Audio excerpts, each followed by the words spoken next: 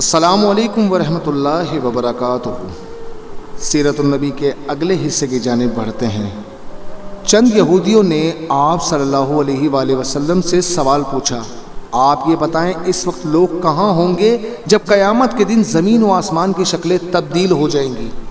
اس پر آن حضرت صلی اللہ علیہ وآلہ وسلم نے جواب دیا، اس وقت لوگ پل صراط کے قریب اندھیرے میں ہوں گے۔ اسی طرح ایک مرتبہ یہودیوں نے حضور نبی کریم صلی اللہ علیہ وآلہ وسلم سے بادلوں کی گرج اور کڑک کے بارے میں پوچھا۔ جواب میں آپ صلی اللہ علیہ وآلہ وسلم نے ارشاد فرمایا، یہ اس فرشتے کی آواز ہے جو بادلوں کا نگران ہے، اس کے ہاتھ میں ایک آگ کا ایک کوڑا ہے، اس سے وہ بادلوں کو ہانکتا ہوا اس طرف لے جاتا ہے جہاں پہنچنے کے لیے اللہ تعالیٰ کا حکم ہوتا ہے۔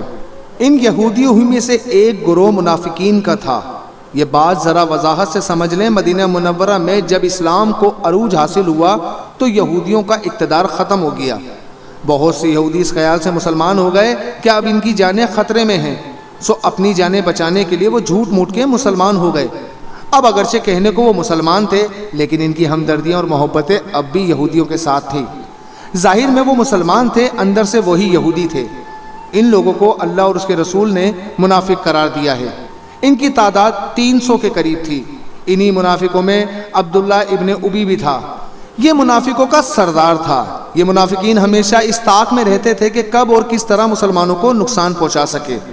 مسلمانوں کو پریشان کرنے اور نقصان پہنچانے کا کوئی موقع ہاتھ سے جانے نہیں دیتے تھے، جیسا کہ آپ آنے والی ویڈیوز میں دیکھیں گے۔ ہجرت کے پہلے سال حضرت عائشہ کی رخصتی ہوئی، یعنی وہ نبی کریم صلی اللہ علیہ وآلہ وسلم کے گھر آ گئیں۔ بعض روایت کے مطابق رخصتی ہجرت کے دوسرے سال ہوئی۔ آپ صلی اللہ علیہ وآلہ وسلم کو جب نبوت عطا کی گئی تو اس وقت جنگ کے بغیر تبلیغ کا حکم ہوا تھا۔ اللہ تعالیٰ نے فرمایا تھا کہ ان کافروں سے الجھیے مت، بلکہ دامن بچائے رکھیے اور صبر کیجیے۔ یہ حکم مکہ کی زندگی تک رہا۔ پھر ہجرت کے بعد اس طرح جنگ کرنے کی اجازت ملی کہ اگر مشرک جنگ کی ابتدا کریں تو مسلمان ان سے دفاعی جنگ کر سکتے ہیں، البتہ قابل احترام مہینوں میں جنگ نہ کریں، یعنی رجب، ذوالقعدہ، ذوالحج اور محرم میں کچھ مدت بعد جنگ کی عام اجازت ہو گئی، یعنی کافروں کے حملہ نہ کرنے کی صورت میں بھی مسلمان ان سے اقدامی جنگ کریں اور کسی بھی مہینے میں جنگ کر سکتے ہیں۔ جب آپ صلی اللہ علیہ وآلہ وسلم کو اللہ تعالیٰ کی طرف سے جہاد کی اجازت مل گئی تو 12 ربیع الاول 2 ہجری میں پہلی بار نبی کریم صلی اللہ علیہ وآلہ وسلم جہاد کی غرض سے مدینہ سے روانہ ہوئے۔ مدینہ سے نکل کر حضور نبی کریم صلی اللہ علیہ وآلہ وسلم ودان کے مقام پر پہنچے۔ یہ ایک بڑی بستی تھی اور ابوا کے مقام سے 6 یا 8 میل کے فاصلے پر تھی۔ ابوا مکہ اور مدینہ کے درمیان ایک گاؤں تھا۔ اس غزہ میں آپ صلی اللہ علیہ وآلہ وسلم کے ساتھ صرف مہاجرین تھے۔ نبی کریم صلی اللہ علیہ وآلہ وسلم قبیلہ بنی زمرہ پر حملہ کرنے کے لیے تشریف لے گئے تھے۔ آپ صلی اللہ علیہ وآلہ وسلم کے ساتھ 70 صحابہ تھے۔ بنی زمرہ کے سردار نے جنگ کے بغیر صلح کر لی۔ صلح کا معاہدہ لکھا گیا اور آپ صلی اللہ علیہ وآلہ وسلم واپس تشریف لے آئے۔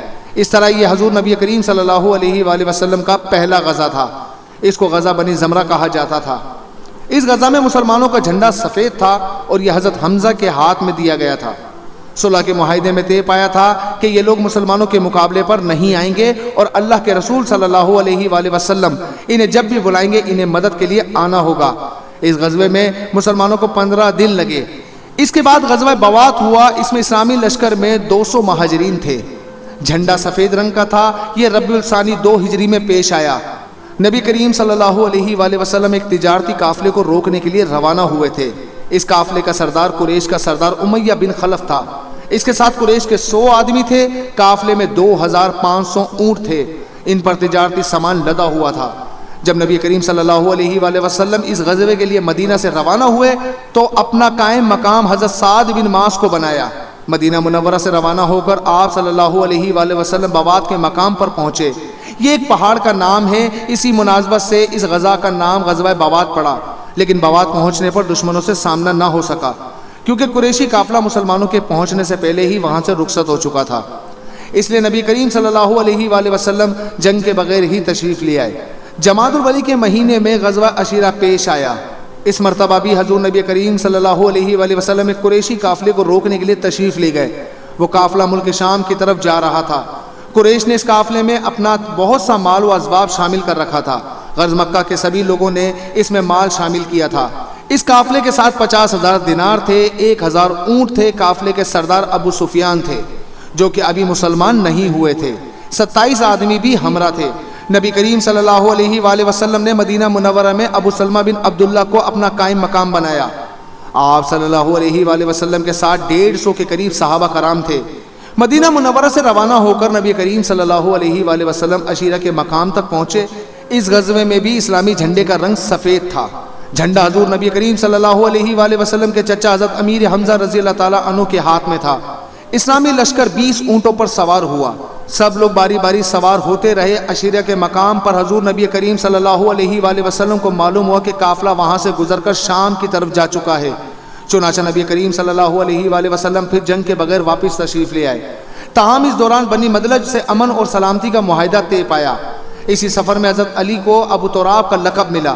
یہ واقعہ اس طرح پیش آیا کہ آپ صلی اللہ علیہ وآلہ وسلم نے ایک موقع پر حضرت علی اور حضرت عمار بن یاسر کو زمین پر اس طرح سوتے پایا کہ ان کے اوپر مٹی لگ گئی۔ آپ نے حضرت علی کو پاؤں سے ہلایا اور فرمایا، اے ابو تراب یعنی اے مٹی والے اٹھو۔ آپ صلی اللہ علیہ وآلہ وسلم غزہ عشیرہ سے واپس آئے تو چند دن بعد ہی پھر ایک مہم پیش آ گئی۔ ایک شخص قرظ بن جابر فہری نے مدینہ منورہ کی چراگاہ پر حملہ کر دیا۔ نبی کریم صلی اللہ علیہ وآلہ وسلم اس کی تلاش میں نکلے، یہاں تک کہ صفوان کی وادی میں پہنچے۔ یہ وادی میدان بدر کے قریب ہے۔ اسی مناسبت سے اس غزوے کو غزوہ بدر اولا بھی کہا جاتا ہے۔ قرظ بن جابر مسلمانوں کے وہاں پہنچنے سے پہلے ہی جا چکا تھا۔ اس غزوے کے لیے نکلنے سے پہلے حضور نبی کریم صلی اللہ علیہ وآلہ وسلم نے مدینہ منورہ میں اپنا قائم مقام حضرت زید بن حارثہ کو بنایا۔ اس مرتبہ بھی جھنڈا سفید تھا جو حضرت علی کے ہاتھ میں دیا گیا تھا۔ اسی سال 2 ہجری کے دوران قبلے کا رخ تبدیل ہوا اور اسی وقت تک مسلمان بیت المقدس کی طرف منہ کر کے نماز ادا کرتے رہے تھے۔ قبلے کی تبدیلی کا حکم ظہر کی نماز کے وقت آیا۔ ایک روایت میں یہ ہے کہ عصر کی نماز میں حکم آیا تھا۔ قبلے کی تبدیلی اس لیے ہوئی کہ حضور نبی کریم صلی اللہ علیہ وآلہ وسلم نے یہ آرزو کی تھی کہ قبلہ بیت اللہ ہو۔ خاص طور پر یہ آرزو اس لیے تھی کہ یہودی کہتے تھے محمد ہماری مخالفت بھی کرتے ہیں اور ہمارے قبلے کی طرف رخ کر کے نماز بھی پڑھتے ہیں۔ اگر ہم سیدھے راستے پر نہ ہوتے تو تم ہمارے قبلے کی طرف رخ کر کے نمازیں نہ پڑھا کرتے۔ ان کی بات پر نبی کریم صلی اللہ علیہ وآلہ وسلم نے دعا کی کہ ہمارا قبلہ بیت اللہ ہو جائے، اور اللہ تعالیٰ نے یہ دعا منظور فرمائی۔ قبلے کی تبدیلی کا حکم نماز کی حالت میں آیا۔ چنانچہ آپ صلی اللہ علیہ وآلہ وسلم نے نماز کے دوران ہی اپنا رخ بیت اللہ کی طرف کر لیا، اور آپ صلی اللہ علیہ وآلہ وسلم کے ساتھ ہی تمام صحابہ کرام نے بھی رخ تبدیل کر لیا۔ یہ نماز مسجد قبلتین میں ہو رہی تھی۔ حضرت عباد بن بشر نے بھی یہ نماز حضور نبی کریم صلی اللہ علیہ وآلہ وسلم کے ساتھ نماز پڑھی تھی۔ یہ مسجد سے نکل کر راستے میں 2 انصاریوں کے پاس سے گزرے۔ وہ نماز پڑھ رہے تھے اور اس وقت رکوع میں تھے۔ انہیں دیکھ کر عباد بن بشر نے کہا، میں اللہ کی قسم کھا کر کہتا ہوں کہ میں نے ابھی حضرت صلی اللہ علیہ وآلہ وسلم کے ساتھ کعبہ کی طرف منہ کر کے نماز پڑھی ہے۔ کعبہ والوں کو یہ خبر اگلے دن صبح کی نماز کے وقت پہنچی۔ یہ لوگ اس وقت دوسری رکعت میں تھے کہ منادی نے اعلان کیا، لوگو خبردار ہو جاؤ، قبلے کا رخ کعبہ کی طرف تبدیل ہو گیا ہے۔ نماز پڑھتے ہوئے لوگ قبلے کی طرف گھوم گئے۔ اس طرح مسلمانوں کا قبلہ بیت اللہ بنا۔ اسی سال یعنی 3 ہجری میں رمضان کے روزے اور صدقہ فطر کا حکم نازل ہوا۔ پھر مسجد نبوی میں ممبر نصب کیا گیا۔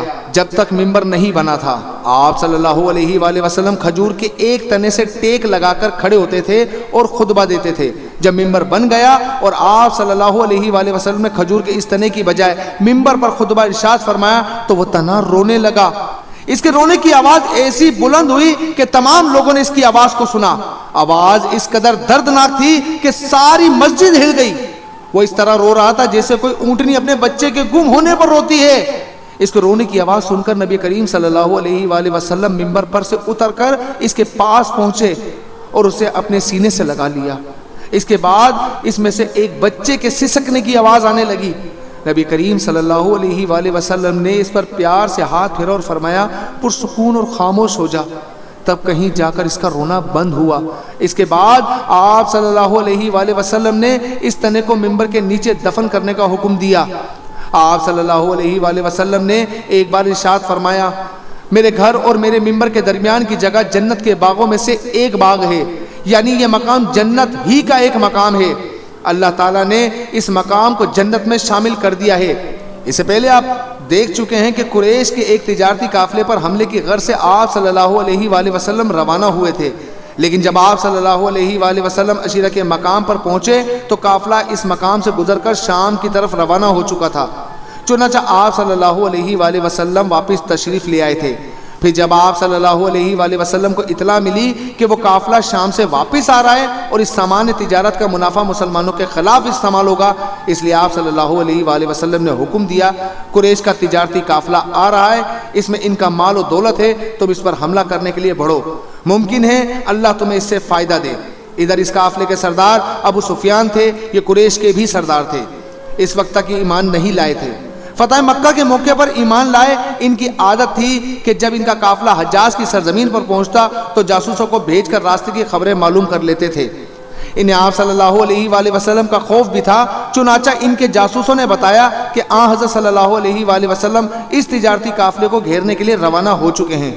یہ سن کر ابو سفیان خوف زدہ ہو گئے۔ انہوں نے فوراً ایک شخص کو مکہ کی طرف روانہ کیا اور ساتھ ہی اسے ہدایت دی، تم اپنے اونٹ کے کان کاٹ دو، کجاوا الٹ دو، اپنی قمیص کا اگلا اور پچھلا دامن پھاڑ دو، اسی حالت میں مکہ میں داخل ہونا، انہیں بتانا کہ محمد صلی اللہ علیہ وآلہ وسلم اپنے اصحاب کے ساتھ ان کے قافلے پر حملہ کرنے والے ہیں۔ ایسا اس لیے کیا تاکہ مشرکین جلد مدد کو آ جائیں۔ وہ شخص بہت تیزی سے روانہ ہوا۔ اب ابھی یہ مکہ پہنچا نہیں تھا کہ وہاں عاتکہ بنت عبد المطلب نے ایک خواب دیکھا۔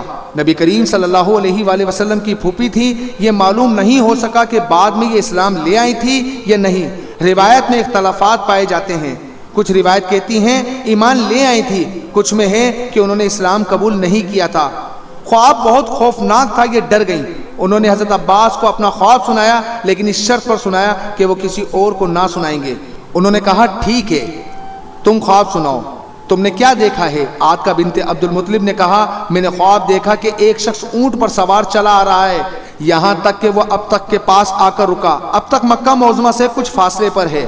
وہاں کھڑے ہو کر اس نے پوری آواز سے پکار کر کہا لوگوں 3 دن کے اندر اندر اپنی قتل گاہوں میں چلنے کے لیے تیار ہو جاؤ۔ پھر میں نے دیکھا کہ لوگ اس کے گرد جمع ہو گئے ہیں۔ پھر وہ وہاں سے چل کر بیت اللہ میں داخل ہوا، لوگ اس کے پیچھے پیچھے چلے آ رہے تھے۔ پھر وہ شخص اونٹ سمیت کعبہ کی چھت پر نظر آیا، وہاں بھی اس نے پکار کر یہ الفاظ کہے۔ اس کے بعد وہ ابو قبیس کے پہاڑ پر چڑھ گیا، وہاں بھی اس نے پکار کر یہ الفاظ کہے۔ پھر اس نے ایک پتھر اٹھا کر لڑکایا، پتھر وہاں سے لڑکتا پہاڑ کے دامن میں پہنچا تو اچانک ٹوٹ کر ٹکڑے ٹکڑے ہو گیا۔ پھر مکہ کے گھروں میں سے کوئی گھر نہ بچا جہاں اس کے ٹکڑے نہ پہنچے ہوں۔ یہ خواب سن کر حضرت عباس نے کہا اللہ کی قسم عاتکہ تم نے بہت عجیب خواب دیکھا ہے، تم خود بھی اس کا تذکرہ کسی سے نہ کرنا۔ حضرت عباس وہاں سے نکلے تو راستے میں انہیں ولید بن عتبہ ملا، یہ ان کا دوست تھا۔ عباس رضی اللہ تعالیٰ نے خواب اس سے بیان کر دیا اور وعدہ لیا کہ کسی کو بتائے گا نہیں۔ ولید نے جا کر یہ خواب اپنے بیٹے عتبہ کو سنا دیا۔ اس طرح یہ خواب آگے ہی آگے چلتا رہا، یہاں تک کہ ہر طرف عام ہو گیا۔ مکہ میں اس خواب پر زور و شور سے تبصرہ ہونے لگا۔ آخر 3 دن بعد وہ شخص اونٹ پر سوار مکہ میں داخل ہوا جسے حضرت ابو سفیان نے بھیجا تھا۔ وہ مکہ کی وادی کے درمیان میں پہنچ کر اونٹ پر کھڑا ہو گیا اور پکارا اے قریش اپنے تجارتی قافلے کی خبر لو، تمہارا جو مال و دولت ابو سفیان لے کر آ رہے ہیں اس پر محمد صلی اللہ علیہ وآلہ وسلم حملہ کرنے والے ہیں، جلدی مدد کو پہنچو۔ اس تجارتی قافلے میں سارے قریشیوں کا مال لگا ہوا تھا، چنانچہ سب کے سب جنگ کی تیاری کرنے لگے۔ جو مالدار تھے انہوں نے غریبوں کی مدد کی تاکہ زیادہ سے زیادہ افراد جنگ کے لیے کیے جا سکے۔ جو بڑے سردار تھے وہ لوگوں کو جنگ پر ابھارنے لگے۔ ایک سردار سہیل بن عمرو نے اپنی تقریر میں کہا اے قریشیوں کیا یہ بات تم برداشت کر لو گے کہ محمد صلی اللہ علیہ وآلہ وسلم اور ان کے بے دین ساتھی تمہارے مال اور دولت پر قبضہ کر لیں؟ لہٰذا جنگ کے لیے نکلو، جس کے پاس مال کم ہو اس کے لیے میرا مال حاضر ہے۔ اس طرح سب سردار تیار ہوئے، لیکن ابو لہب نے کوئی تیاری نہ کی۔ وہ عاتکہ کے خواب کی وجہ سے خوف زدہ ہو گیا تھا۔ وہ کہتا تھا عاتکہ کا خواب بالکل سچا ہے اور اسی طرح ظاہر ہوگا۔ ابو لہب خود نہیں گیا، لیکن اس نے اپنی جگہ عاص بن ہشام کو 4000 درہم دے کر جنگ کے لیے تیار کیا، یعنی وہ اس کی طرف سے چلا جائے۔ ادھر خوب تیاریاں ہو رہی تھی، ادھر حضرت صلی اللہ علیہ وآلہ وسلم مدینہ منورہ سے روانہ ہوئے۔ مدینے سے باہر عتبہ نامی کنویں کے پاس لشکر کا پڑاؤ کا حکم فرمایا۔ آپ صلی اللہ علیہ وآلہ وسلم نے صحابہ کرام کو اس کنویں سے پانی پینے کا حکم دیا اور خود بھی پیا۔ یہیں آپ صلی اللہ علیہ وآلہ وسلم نے حکم فرمایا مسلمانوں کو گن لیا جائے، سب کو گنا گیا۔ آپ صلی اللہ علیہ وآلہ وسلم نے سب کا معائنہ بھی فرمایا، جو کم عمر تھے انہیں واپس بھیج دیا گیا۔ واپس کیے جانے والوں میں حضرت اسامہ بن زید اور رافع بن ختیجہ، برا بن عازب، اسید بن ظہیر، زید بن ارقم اور زید بن ثابت شامل تھے۔ جب انہیں واپس چلے جانے کا حکم ہوا تو عمیر بن ابی وقاص رونے لگے۔ آخر آپ صلی اللہ علیہ وآلہ وسلم نے انہیں اجازت دے دی، چنانچہ وہ جنگ میں شریک ہوئے۔ اس وقت ان کی عمر 16 سال تھی۔ تو دوستو، امید کرتے ہیں کہ اس ویڈیو پیغام میں آپ اپنی رائے کومنٹ سیکشن میں ضرور دیں گے اور اسے آگے ضرور شیئر کریں گے۔ ملتے ہیں اگلی ویڈیو میں، تب تک کے لیے اپنا بہت سارا خیال رکھے گا۔ السلام علیکم ورحمۃ اللہ وبرکاتہ۔